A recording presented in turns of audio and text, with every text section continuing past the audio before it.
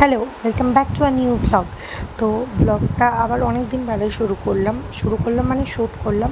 এই ভ্লগটা হচ্ছে আমার মেয়ের জন্মদিন উপলক্ষে। 22 তারিখ মেয়ের জন্মদিন গেছে, বাট চিনির জন্মদিন সেলিব্রেট করিনি, তাই দেরি না করে আজ ভাবলাম এখন করতে পারবো। তো বেরিয়ে প্রথমে কেক নিলাম, আরও অনেক বাজার করেছি, বাট সব কিছু তো বাজার করতে করতে ভ্লগ করা সম্ভব না, তাই সেটা দেখাইনি। তো সব কিনে নিয়েছি। এই যে মাটনটা, এটাও ঠাম করে পাঠিয়েছে। তারপরে এই প্রিপারেশনটা তোমাদের পরে বলছি, ওটা সন্ধ্যের জন্য। ওর মেনুতে কী কী ছিল সব দেখতে পাবে।